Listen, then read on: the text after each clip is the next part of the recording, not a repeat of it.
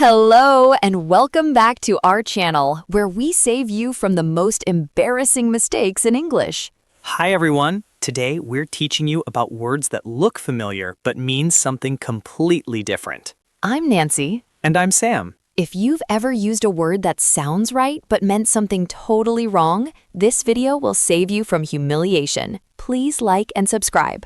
Today we're teaching you about false friends, words that trick you. Let's make sure you never make the mistake I made at the doctor's office. Sam, I need to tell you about the most embarrassing doctor visit of my life. Oh no, what happened? I had a bad cold. My nose was completely blocked. I could barely breathe. So I went to the doctor. That makes sense. The doctor asked, "What brings you in today?" And I said, confidently, "Doctor, I'm very constipated. My nose is completely blocked." Nancy, no! The doctor looked so confused. He said, "Your nose is blocked and you're constipated? Those don't usually go together." Oh no. I repeated, "Yes, very constipated. I can't breathe." The doctor's eyes went wide. He said, "Wait, do you mean congested?" That's when I realized, in my language, the word sounds like constipated, but it means congested. I had just told my doctor I couldn't poop when I meant I couldn't breathe. That's so embarrassing. The doctor was very professional, but I saw him trying not to laugh. I turned bright red. These are called false friends, words that look or sound similar in different languages but mean totally different things. And they can cause humiliating mistakes. Let's learn the most dangerous false friends so you never make these mistakes. Part 1. What are false friends?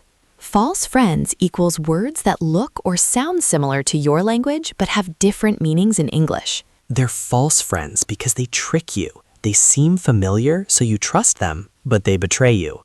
Example, Spanish embarazada equals pregnant. English embarrassed equals feeling ashamed. Not the same.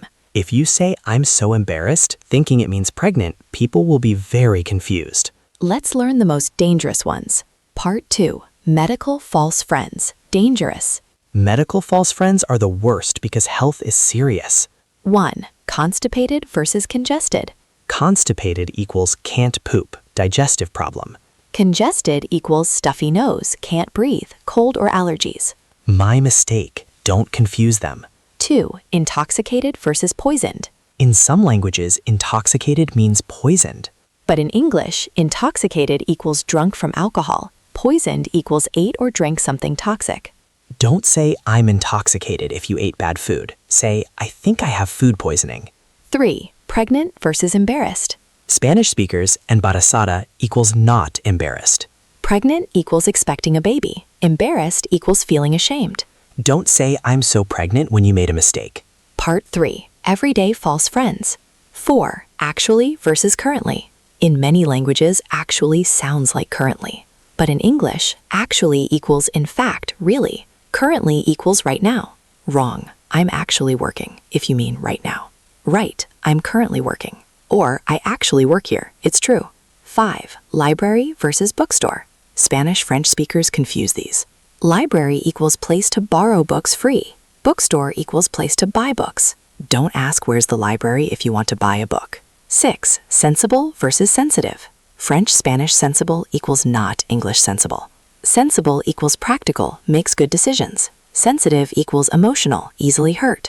Wrong, she's very sensible, if you mean emotional. Right, she's very sensitive.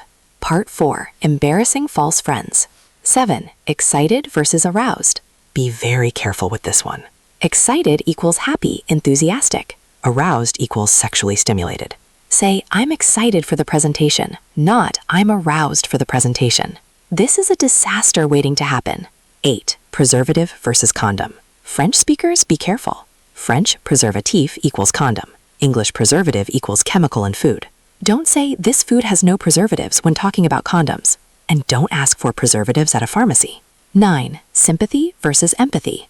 These are similar but different. Sympathy equals feeling sorry for someone. Empathy equals understanding their feelings because you've experienced it.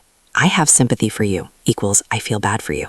I have empathy for you equals I understand because I've been there. Part 5. How to avoid false friends. Prevention strategy 1. Verify before using. If a word sounds like your language, look it up first. Don't assume, check the meaning. Prevention strategy 2, learn the common false friends for your language. Google false friends English plus your language. There are lists for Spanish, French, German, Portuguese, Russian, every language. Prevention strategy 3, when in doubt, describe it differently. If you're not sure about a word, use simple words you know. Instead of risking constipated, I could have said, my nose is blocked and I can't breathe. Safer and clear. Quick role play, catching a false friend. Let's practice catching false friends. Sam, you're about to make a mistake. I'll correct you. Okay. To Nancy, enthusiastic. Nancy, I'm so aroused about our meeting today. I have great ideas. Wait, do you mean excited? Oh my God, yes, I'm excited. Thank you for catching that. See how important it is to have friends who catch your mistakes? Before you say something inappropriate. Summary. Let's summarize quickly. False friends equals words that look similar to your language but mean something different in English. Top dangerous false friends. 1. Constipated equals can't poop versus congested equals stuffy nose. 2. Intoxicated equals drunk versus poisoned. 3. Pregnant equals expecting a baby. Embarrassed equals ashamed. 4. Actually equals in fact versus currently equals right now. 5. Excited equals happy versus aroused. 6. Library equals borrow. Bookstore equals buy. 7. Sensible equals practical versus sensitive. Prevention. Look up words that sound like your language before using them. Better to describe with simple words than risk embarrassment. Quick question. Have you ever confused a false friend? What happened? Share your embarrassing stories in the comments. We'll all learn together. Don't be shy. I said I was aroused at a presentation. You're not alone. If this lesson saves you from my constipated congested disaster, please give us a thumbs up. Share this with anyone learning English, especially Spanish, French, or German speakers. Subscribe to our channel for daily lessons. Remember, when a word sounds too familiar, verify it. Your language is trying to trick you. Both. Don't trust false friends. You've got this. See you next time. Goodbye. Goodbye.